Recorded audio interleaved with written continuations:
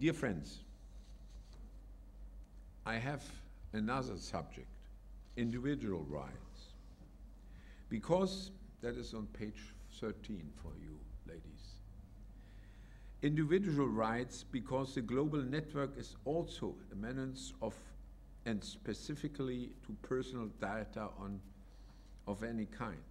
One only has to think of Facebook publishing photographs without the person concerned having any knowledge on it.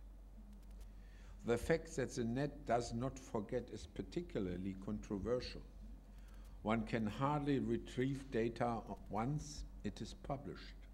The right to privacy protection is particularly shattered by this particular fact. The usual, mostly national legal instruments fail. Counter-statements seem risible on the internet.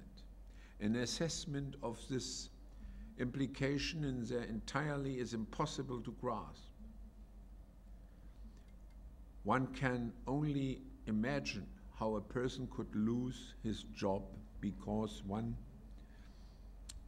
one of such photos might have been published on the internet, as a consequence of which he might not find a new job because future employers now search social media platforms according to profiles of their candidates. Now, who is to blame for this loss? Who should say for the damage? Who should pay for the damage? The person who uploaded the photo or the person who runs a social platform? Already, by the means of the criminal legislation of the respective nation, a particularly flagrant violation will at least be sanctioned post hoc. Nevertheless, the damage suffered can hardly even ever be entirely compensated for. Promising efforts have been made to teach forgetfulness to the internet. According to this idea, personal data should be provided with an expiration date, after which it self-destructs, and thus not be valid for all eternity, but only for a limited period of time.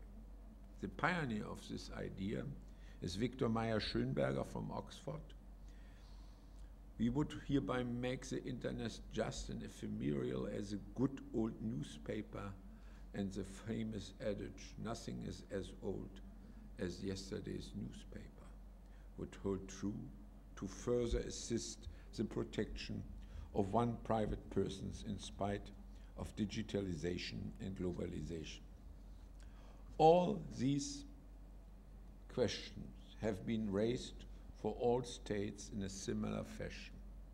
Therefore, they can only be solved in a consensus, and thus on an international basis. International agreements and treaties are the right way to overcome the limits of national laws with regard to the worldwide impact of the internet. We have no other chance.